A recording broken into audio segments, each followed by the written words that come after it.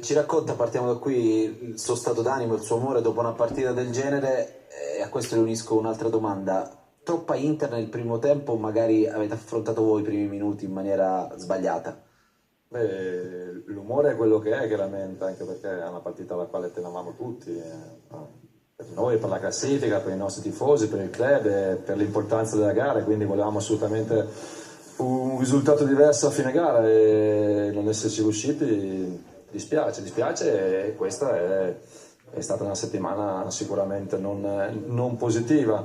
E sì, è vero che i primi minuti non siamo stati così intensi, così attenti come dovevamo essere, e subire il gol al quinto minuto ha permesso poi ai nostri avversari di fare la partita dove sono più forti, nel senso aspettare e poi ripartire. Però poi dopo abbiamo provato a rimetterla a posto, abbiamo fatto un gran secondo tempo, c'è il rimpianto di non aver pareggiato nelle situazioni clamorose che abbiamo avuto e la partita poteva ancora cambiare. È stata una settimana difficile, ma non dobbiamo perdere positività, non dobbiamo perdere la nostra voglia di lavorare, la nostra voglia di continuare a crescere. Saranno lezioni che ci serviranno per il nostro futuro. E riparto dalle sue frasi, è stata una settimana difficile, e visto che non può essere una settimana difficile a ridimensionare un anno fantastico, cosa dirà o cosa ha detto nello spogliatoio alla squadra? Ma la squadra ho già parlato perché è chiaro che è una squadra molto responsabile, molto dentro, anche molto giovane, quindi ho detto, ragazzi, sicuramente se ci avessero detto un anno fa, 6 mesi fa, 3 mesi fa che in questo momento eravamo secondi in classifica, avremmo fatto i salti di gioia, però oggi è giusto non fare i salti di gioia, è giusto però non dimenticarci il nostro percorso, è giusto credere in quello che facciamo, però chi perde deve lavorare di più, deve lavorare meglio e noi lo faremo. Questo 2021 ha portato risultati positivi, ma alcuni negativi, o quantomeno ha portato un gap con ancora le squadre che da anni vincono, come la Juve, che l'Inter è stata costruita.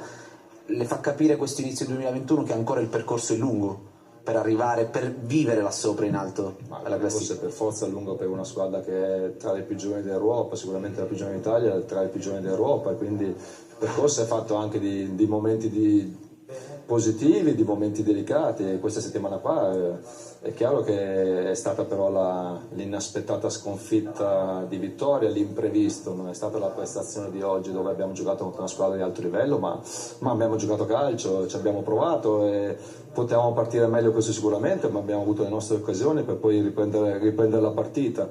Quindi adesso dobbiamo voltare pagina, dobbiamo pensare subito alla partita di giovedì in Europa League, importante, perché vogliamo andare avanti. Poi è chiaro che non ho mai messo le mani avanti, ma quando poi continuavo a ripetere le vostre domande sul nostro futuro, sui nostri obiettivi, che quest'anno ci sono 7 squadre molto forti e che la lotta per la Champions sarà molto dura, è la verità, e noi non dimentichiamoci da dove siamo partiti, non dimentichiamoci dove siamo arrivati l'anno scorso, 17-16 punti dalle prime classifiche, lontano dalla Champions League. Adesso siamo a ridottarcela e sarà ancora duro, ma abbiamo le qualità per cercare di fare bene ancora fino alla fine. Ale, studio. Allora, no, quindi la prima cosa è il titolo, e non vi sentite ridimensionati dopo questo 3-0?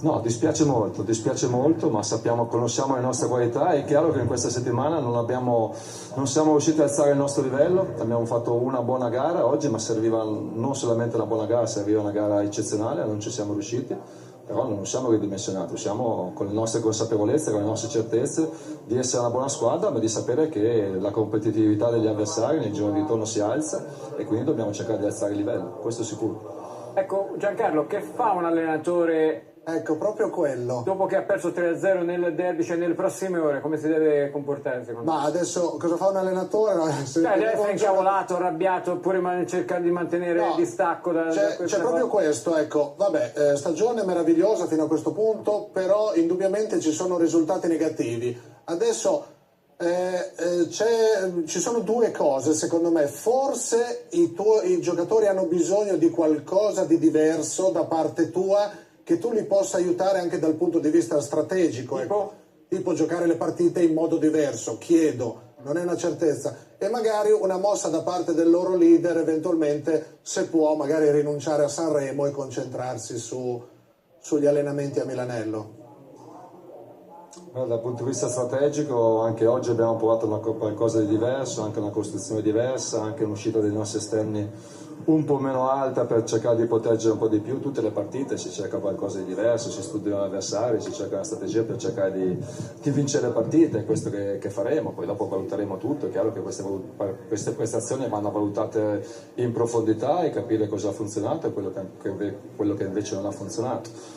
Per quanto riguarda l'altro pensiero, siamo solamente concentrati sul campo, tutti. È stata una settimana non positiva, ma questo non toglie al lavoro e alla serietà del mio gruppo. Come l'ha presa negli spogliatoi Ibra la sconfitta?